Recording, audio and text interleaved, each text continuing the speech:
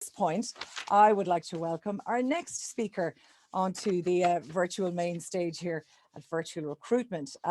This is Deirdre Mulhern, and Deirdre is going to talk about everything you want to know about changing careers, but we're too afraid to ask. I'm almost afraid to read out the title. Deirdre, it's lovely of you to join us today. Real pleasure to get to hear you speak. How have you been keeping the last 14, 15 months?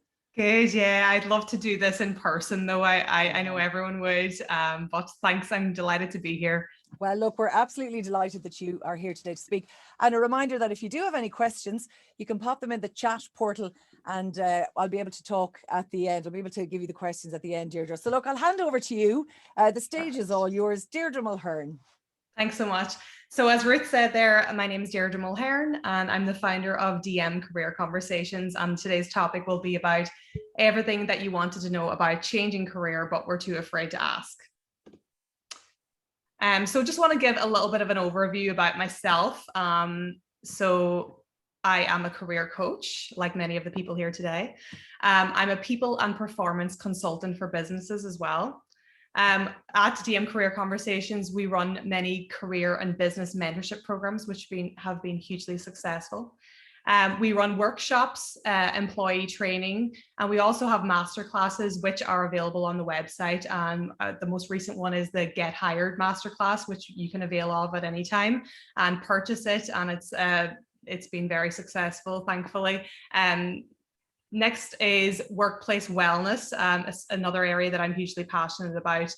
So you can see the theme there. It's all to do with people and wellness and workplace and the right environment and career and all of that good stuff that I'm hugely passionate about. I'm also the author of my Career Audit and Success Plan Journal.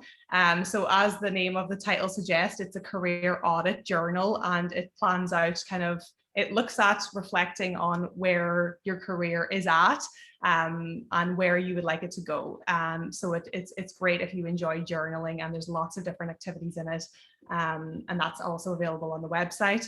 I myself, like Aoife in the previous speaker, have a podcast. It's called Working It with DM Career Conversations, and that's available on Spotify.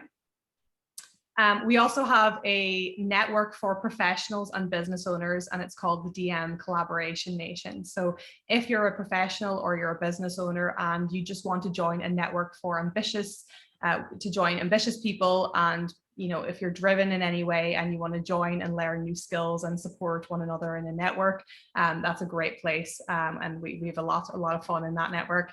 And I'm also a career columnist with the Donegal Woman magazine too. So I'm a Donegal woman and I'm very proud of this role. And down the bottom, you can see all the different contact details. So the website, dmcareerconversations.com, the Instagram page, lots of great tips on there if you want to follow DM Career Conversations, and then the email address as well. So let's get into the good stuff. So the reason why I'm here talking about career change is because I've been there and I've done that. I've gone through all those hurdles that the rest of you are probably thinking about or wondering about, and I'm here to shed some light on it. So my story is, just to give you a little bit of an overview and a bit of context. So I started out my Leaving Cert like everyone else, had not a clue what it was that I wanted to do. I looked to my parents for a little bit of advice, and as all parents would want, they would want you to become maybe a teacher. So they suggested that. My father was a teacher, so he said teaching is great with summer holidays, the hours and so on. So I was like, right, I'll go with that. But I stayed in teaching for 7 years, but I never found that moment when it just clicked. I was kind of waiting always for that moment when I'd feel like, right, this is the correct career path for me. I'm really enjoying it. I'm really in my flow. But it just never really came. And as time went on, I started to realize, you know what, this just doesn't feel right. There has to be something else out there for me. And it didn't really matter what school I was in. That feeling just never left me. And that's not to diss teaching at all. It's actually a great career. But just for me personally, I just didn't feel like it matched my personality and my drive. So then I decided to kind of dip my toe in the water, so to speak. And I always thought that I would love to be kind of managing different events. I thought it'd be very glitzy, maybe different celebs there.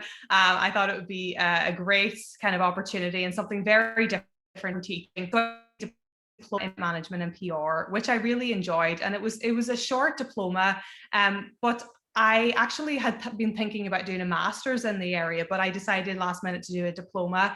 And I was glad then that I did the diploma, because after all of the, after the course, I kind of realized, I don't think that event management is for me, even though I got lots of skills and I thought it would be a great job, but I just still didn't think that it was the right one. So that is the beauty of doing kind of short-term courses. You get that chance to kind of test the waters a little bit rather than jumping in kind of, full feet into something. So then I met with a career coach. So I'm a career coach now, and I always remember, and I'm so grateful for working with the career coach that I had at the time. She was fantastic. And then that led me to look at studying a master's in work and organizational psychology, which is basically all that I'm working in now and what the business is all about. So really it's all about kind of business psychology and the psychology of employees and what they need and their behaviors. And I just find it all fascinating.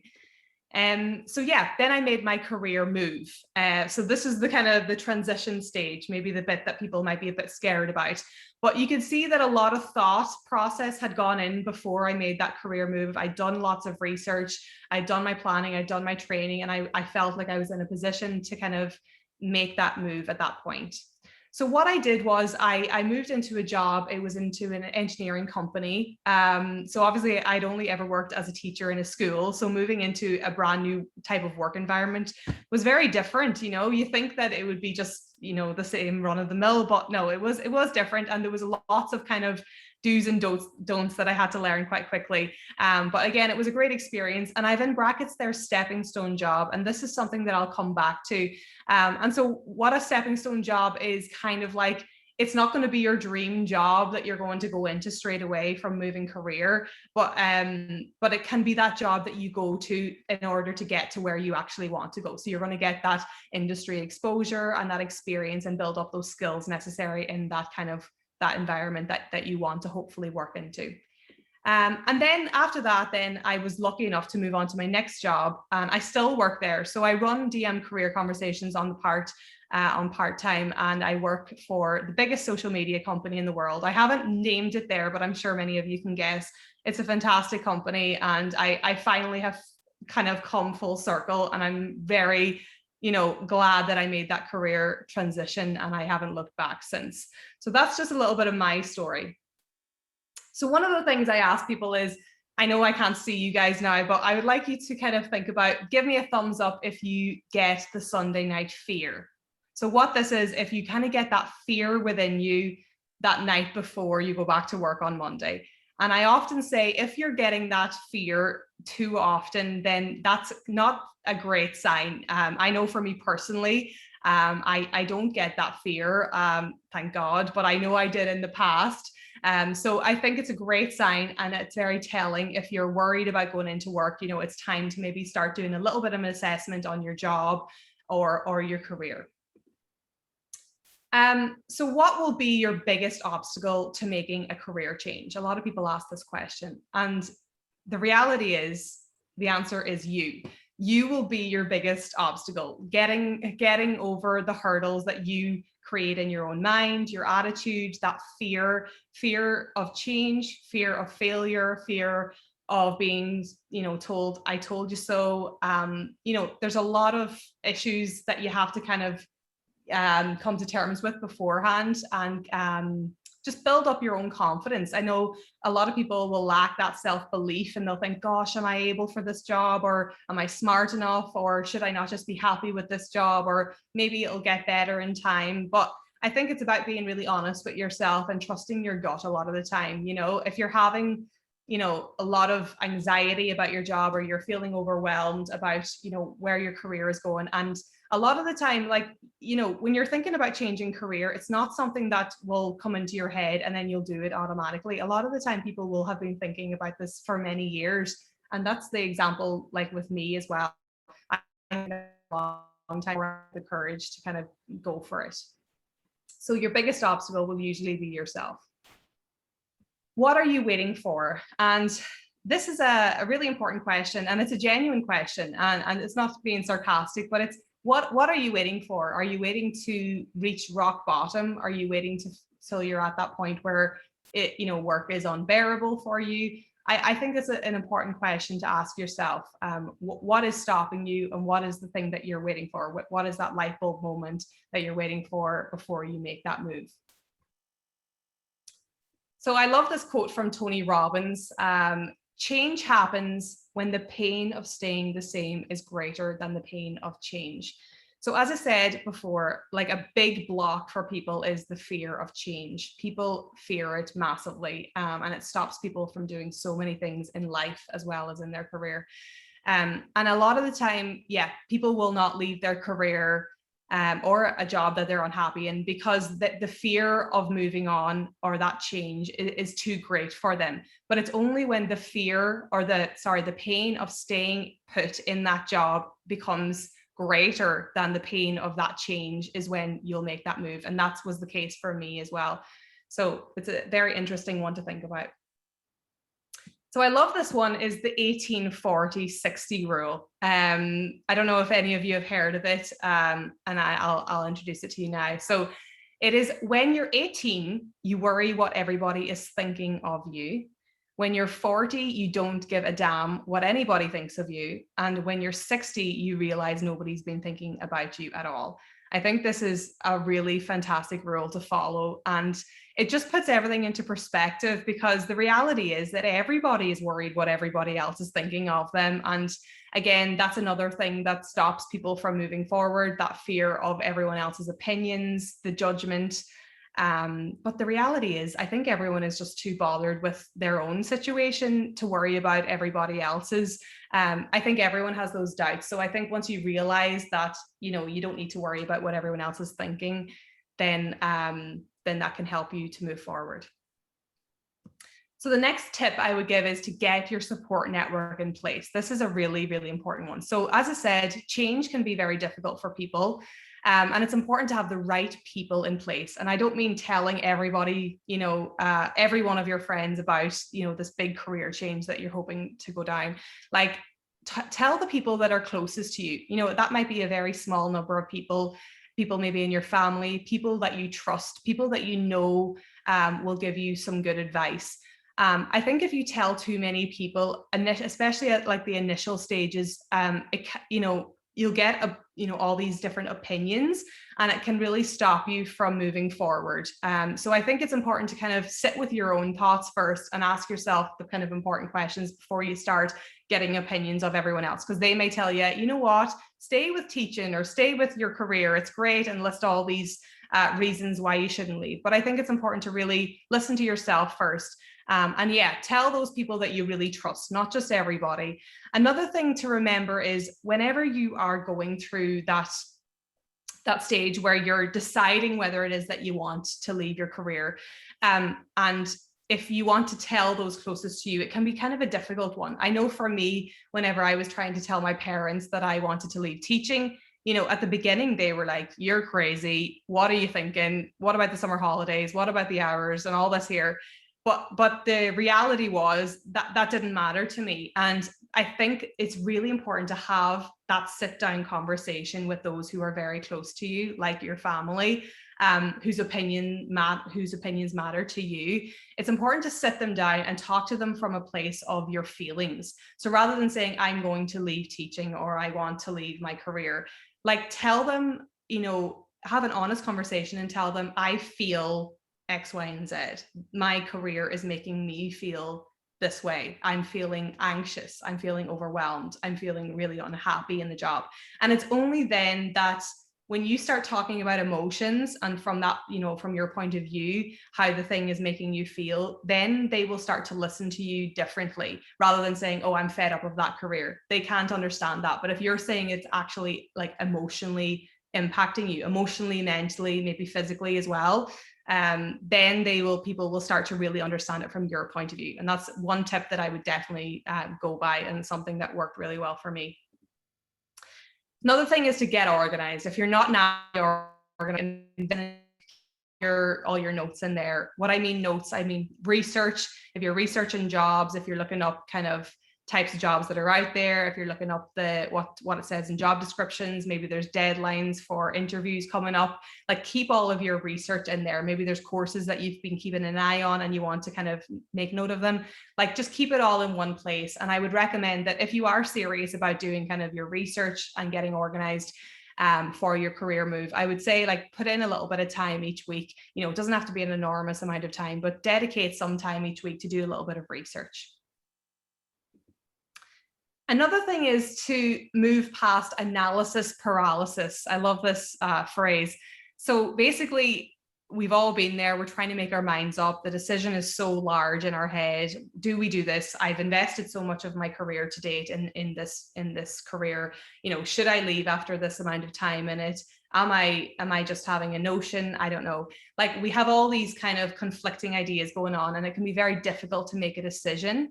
And one thing I would say is to try and just move past that. And how you do that is decide, like, obviously weigh up pros and cons and have a good reflection and do a kind of a career audit of where you're at, what you're loving, what you're hating, all of that good stuff. But what I would say is, like, instead of seeing it as one massive changing of career, start to just take small steps to kind of explore the areas around it. So go outside of your comfort zone, like, see what else there is, start to explore it, start to research. You're not taking a massive step forward, but you're just opening up that horizon. And I would just say, like, once you've kind of decided something, try to just go with it and try to explore it more rather than constantly going back and forth. So as I said, take all of this one step at a time. If I was to say, right, I'm going to change my whole career, that sounds like one big massive thing, and it would stop anyone from moving forward. What I would say is take it in small, manageable chunks. Do your bit of research, read up more job descriptions, search keywords into kind of the job search websites. Keywords being, like, if you're interested in learning, maybe put in learning. If you're interested in wedding coordinating, put in, you know, wedding, or see what comes up. If you're interested in education, put in education. Like, see, just, it's very trial and error when you're putting in keywords. But yeah, as I said, small manageable chunks when you're going through, when you're trying to map out, you know, and it's almost like a learning process as well. Like, say if you're changing career, there might be new things that you need to get familiar with. You know, maybe you've never worked with recruitment agencies before, or maybe you know, there could be so many things, but it's really just important to take it one step at a time so that you don't feel overwhelmed. And that's also where your organization comes into play, if you can kind of map out what it is that you want to do each day or each week. So another tip is to speak to people, not to get their approval. So we talked about people, you know, having loads of opinions, and you don't need everybody's approval. This is your decision. It's your life. But what I would say is to speak to people, to learn from them. So the people that are surrounding you are a resource to you. There are people out there, you know, that you know, or people that you may know of that are friends of friends, that may be in a job that you might be interested in. So say there's somebody who's an engineer and you're interested in that, you may know of somebody, and you could reach out to them and say, hey, can I have a quick chat and a quick coffee chat, and we can discuss your job. And people are always happy to talk about their job. They could talk about it till the cows come home. People love to talk about their job. It's fascinating. So I really encourage people to do that. A lot of people are a little bit shy, or they're a bit unsure as to whether they should reach out to people, but I definitely recommend it. Like, people know their industry well. You can chat to them about the type of job it is, like, ask them lots of questions. What does a typical day look like? What do you enjoy? How do you get into it? What qualifications or skills would you need? Like, all those types of questions. And you can learn all that information off them for the price of a cup of coffee if you're buying them that. Another thing is, if there's a course that you're interested in, it might be an idea to reach out to somebody who has done the course before. Now, you might be thinking, I don't know anyone who's done the course that I'm interested in, but LinkedIn is a great resource, a great platform where you can see what people did, where they studied, and so on. And it's a great place to connect with people, professionals. And again, people are very supportive. You know, 99% of people are only dying to talk about their career and help other people and support them on their career journey. So I would definitely recommend reaching out to them. So yeah, there's loads of information if you just speak to people, and don't be afraid to kind of reach out. It might be a bit, you might be a wee bit nervous at the start, but honestly, it's definitely worthwhile. And it's something that I encourage a lot of my clients to do. And it's something I've done myself in the past. And I continue to reach out to people and learn more about their jobs. And again, like even the likes of social networks like your Instagram or your Facebook, there are so many great businesses and people out there who have hobbies and passion areas, maybe in careers, or maybe they're career coaches and they're on Instagram or Facebook. And there's loads of free information, basically, is what I'm saying out there. And if you just contact them and you have a quick chat, you can find out lots of information very easily. So it's just about being smart and being proactive. Another thing is, I've said there about reaching out to people, but just being open to new experiences, having an open attitude about learning. Learning something new is really important. So, if you haven't learned anything new in a while, maybe you've a bit of a closed mindset, and it's about having that kind of open and growth mindset. So look at different courses that are online. There are so many free resources that are online now. They mightn't be, giving you a degree at the end of it, but it's really just to educate yourself and get to familiar with what's out there, to learn a new skill. There's lots of books out there that are fantastic, lots of articles. And even, as I said there before, like I did that diploma in event management and PR. And I think, that's a short, it's a couple of months long. And again, for me, that was excellent. It wasn't overly expensive compared to, say, doing a degree or a master's. So doing those smaller courses really opens your mind, gets you thinking, gives you a feel for what it is that you might like. This question that comes up a lot is, when is the right time to start researching about a new career? Like, should I leave my current career and then start doing my research for the next one? I would say once you start having that itch, I would start researching. Like there's no too early point. It's never too early to start researching. So you can see from my example that I started looking into different courses and like what's out there, and exploring all that very early on in my career as a teacher, so that by the time I was ready to make that career move, I had all of my resources and I had everything ready to go. And it made that transition that bit smoother. So I would just say it's never too early to get started on your research. So some reasons why people leave their career. And I thought it was important to put this in here because, we never really talk about reasons why people might leave their career. And whenever I studied, when I did my master's in organizational psychology, my thesis was all around why people leave teaching, which was basically like studying myself. So what was their intentions of leaving, and why would they want to leave? So I just think it's really an interesting topic. And here are some of the reasons why people like to leave a career in general. So lack of growth opportunities, lack of professional advancement, poor manager support, lack of appreciation, not enough challenging work, poor work environment, and don't feel like you belong. Emotional reasons, stress, burnout, emotionally drained. Work-life balance can be off. A lot of people work shifts. Lack of flexibility. Status, like maybe there's not enough prestige attached to the role. Poor salary or benefits, another important one. Lack of innovation within the business or within the industry. Unmet expectations about the career. I mean, this is a big one as well. Like people have this idea about what a certain job might be like, and then when they go into it, it could be completely different. Lack of trust and respect, lack of autonomy given to employees, poor relationships with colleagues, fed up with red tape and traditional viewpoints. So again, that's kind of going back to a lack of innovation and lack of ability to evolve. So there's so many reasons why people want to leave their career, and you're not on your own. A lot of people do want to leave their career because it can feel like quite a lonely place whenever you're going through those thoughts and they're going around in your head. So a lot of people reach out to me and they'd say, you know what, I need to change my career, and they don't always know what it is that they want. Most people don't know, and that's where a career coach can really help you get that clarity as well.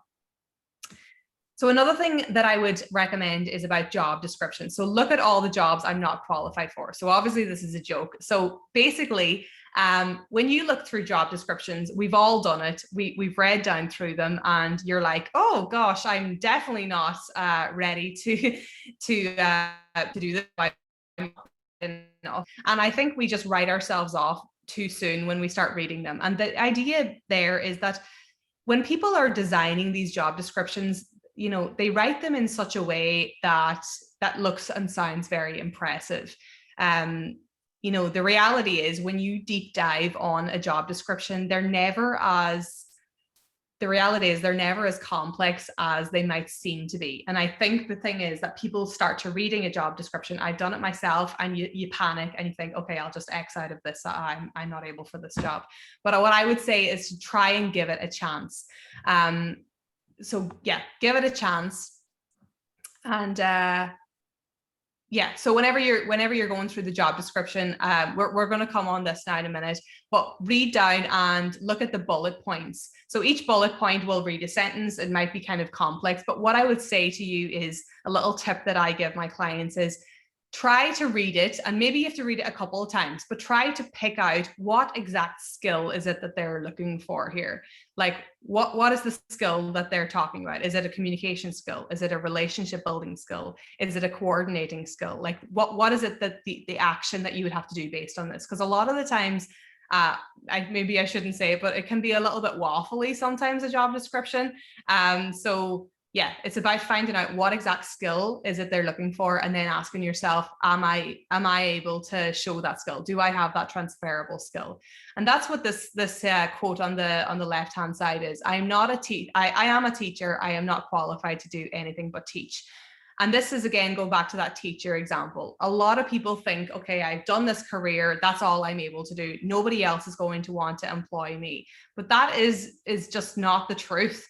Because let's think about it, no matter what job that you're in, you have built up so many transferable skills without even realizing. You know, we take them all for granted a lot of the time, and we presume that everyone else is just as good at these skills as you are, but that's not the case. So you've built up so many skills over time that you have so much to offer. And not only that, like you probably, if you were a teacher, you might have your degree.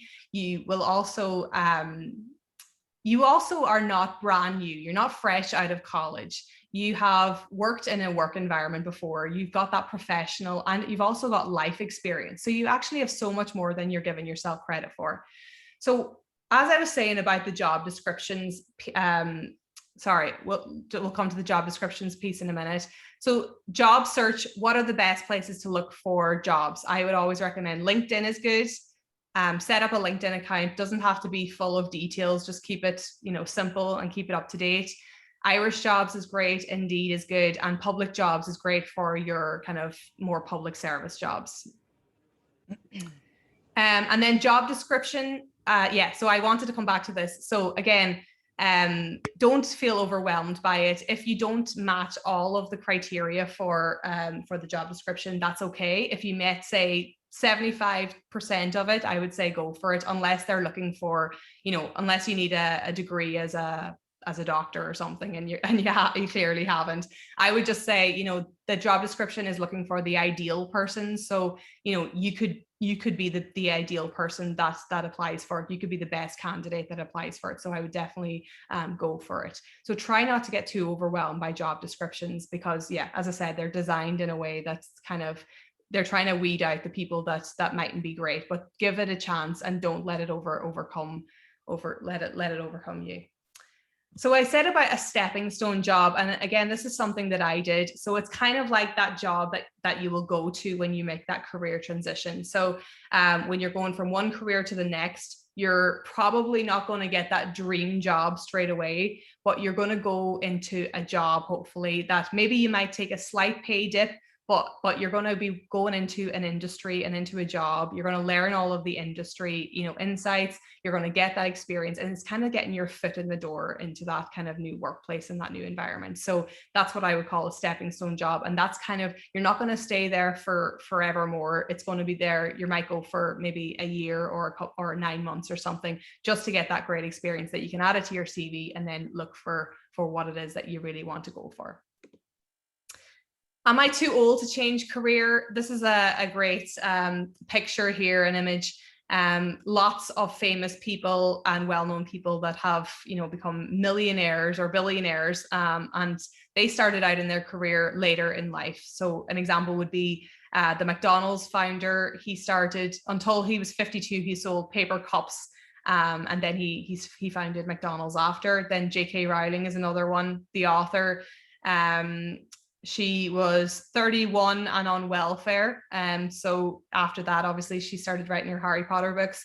Another one there is Harrison Ford. He was who's an actor and producer, and he was a carpenter until his 30s. So I really don't think that age should be a barrier. I think you have to ask yourself, ask yourself those important questions. Do your career audit. And see, if you're not feeling it, I think, at any age you can make that career move. And look, you're never starting from scratch. Once you've had any kind of work or job experience, you have so much transferable skills to offer. You've lots of experience to put down in your CV. So you're never going to be starting, from scratch, which a lot of people worry about. Okay, so a couple of questions that I want you to think about. So what percentage of your time do you feel unhappy or unsatisfied about your work? Do you believe in yourself and your ability? If you decided to change career in the morning, would you be willing to put the time and commitment into it? What would happen if you stayed in the same career, and how can you see your career growing in this new career over the next number of years? I think that we're on time, are we, Ruth?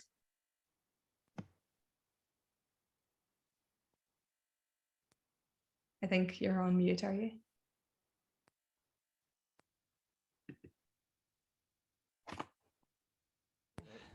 Oh, I have it now. I hear you now. Yeah. I have a temperamental microphone here that I have to push a button. Don't Not worry. good at the pushing of the buttons. Thank you so much. Lots of great positive comments coming in. Julita says communication is key. Thank you so much. Great presentation. Melia says thank you in advance. I'm a very positive person, always looking forward to the Mondays. Love the Mondays. So thank you so much for that. There was a lot of information in that. Yeah. And, I have to say, I am somebody who gets occasionally a bit of Sunday night fear, but I think it's just because I stayed up too late on Saturday night. But look, Yeah. it was fascinating, the idea of even thinking about what your expectations are of a job, and then that you can look for information and you can make plans at any stage in your life, which is great. Yeah. Listen, I will leave it there then for the moment. Brilliant. Deirdre, thank you so much. Real pleasure to get to talk to you today. Thank you so much. Continued success, and thank you for coming to talk to us today at this year's Virtual Recruitment Expo. So all